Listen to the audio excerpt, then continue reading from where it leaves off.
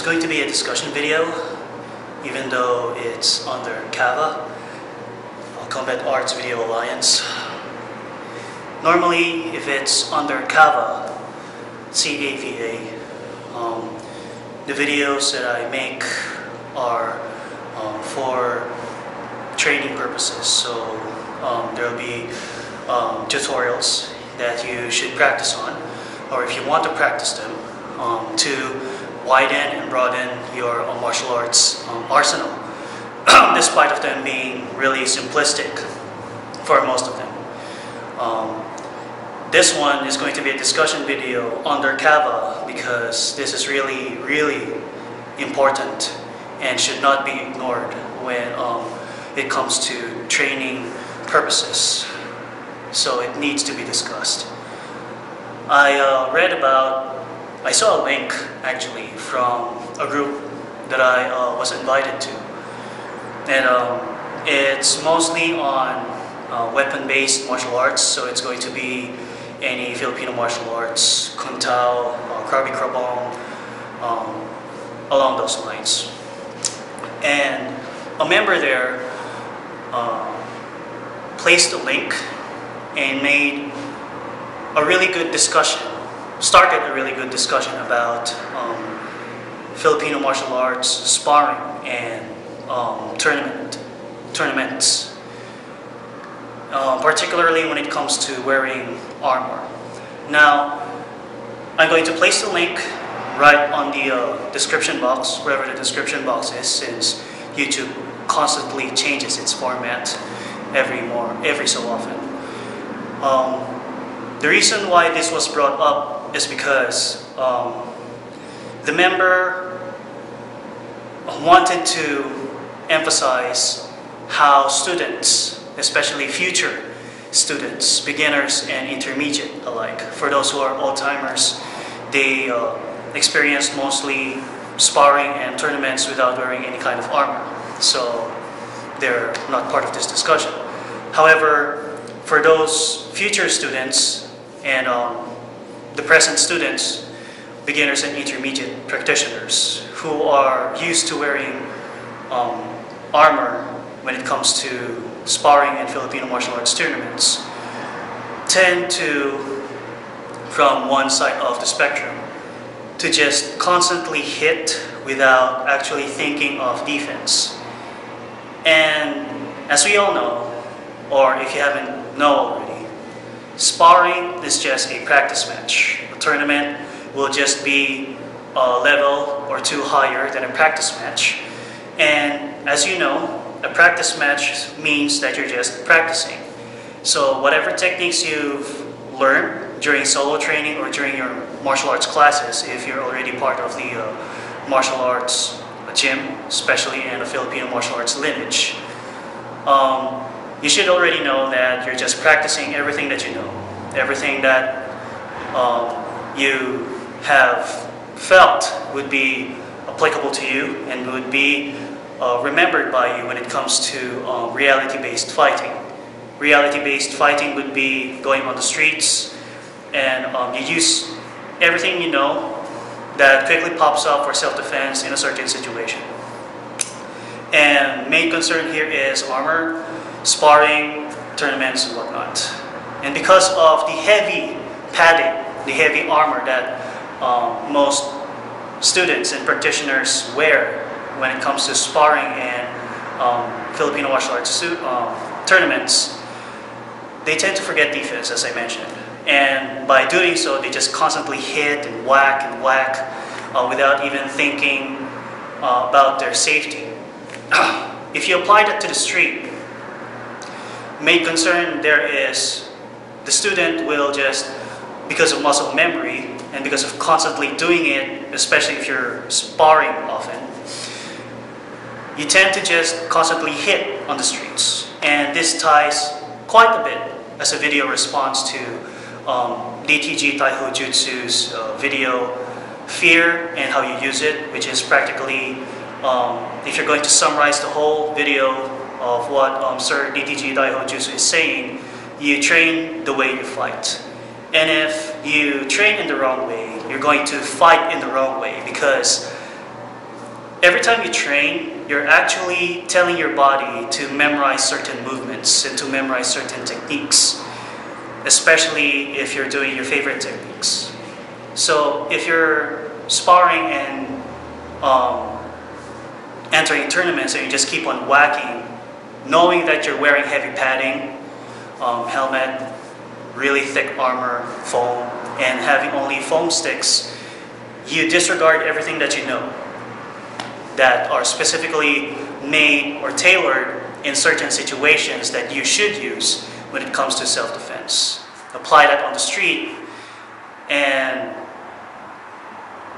it's just like saying that you just do all of the fancy stuff, or you just want to absorb all of the fancy stuff in class, but you haven't learned anything when it comes to the streets, and there's no self-control. Your muscle memory is not as good as you would thought it would be, even though you constantly practice it 1,000 times already. And that's a huge concern.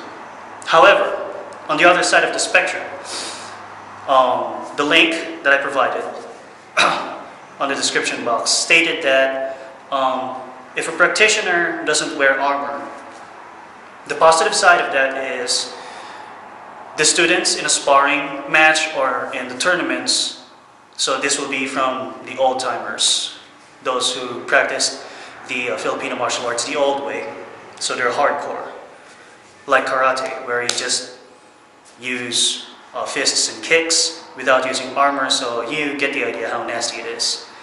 And there'll be blood, there'll be a lot of bruises, thick, large bruises on any parts of the body, and you're going to see a lot of wounds from that sparring match.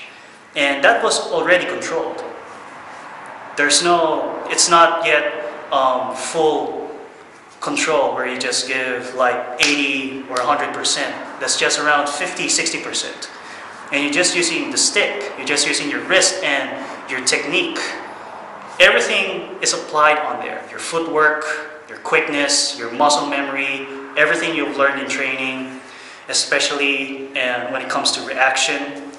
And you apply defense, you apply evasiveness.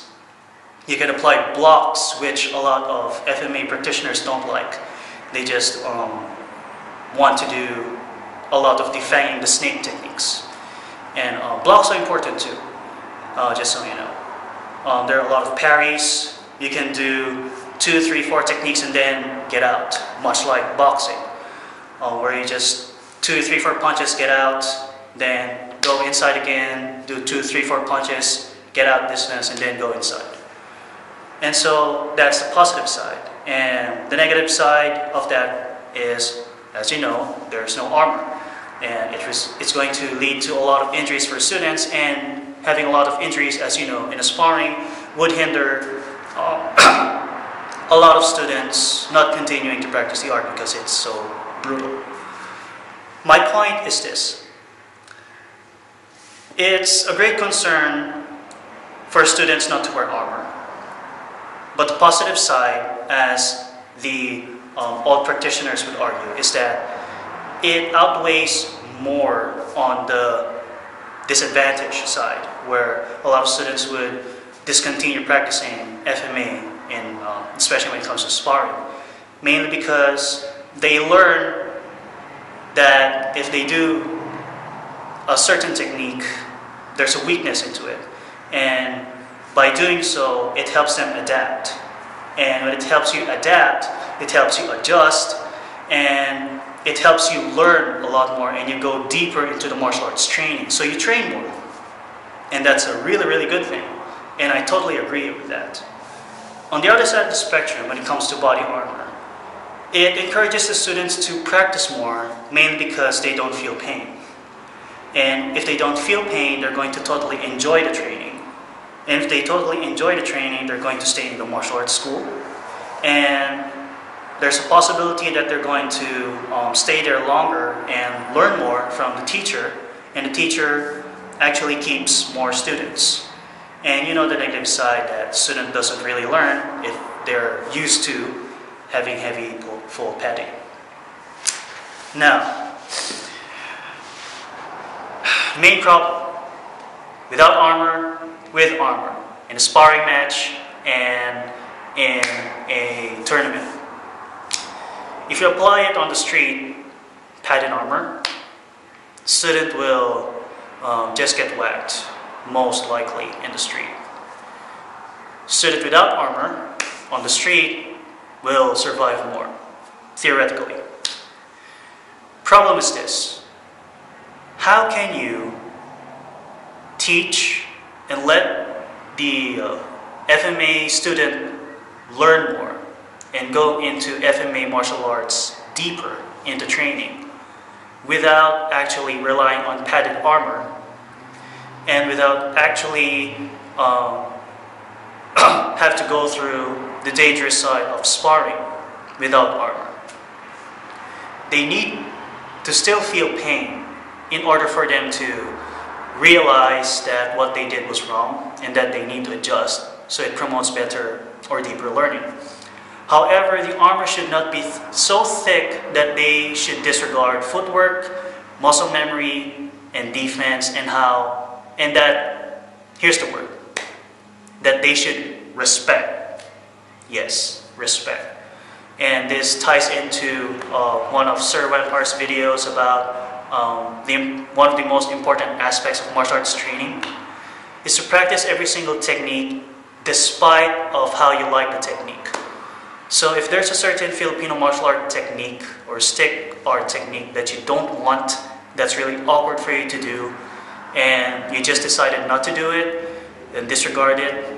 Come sparring match or in a tournament, if you decide to join a tournament, that technique that you don't like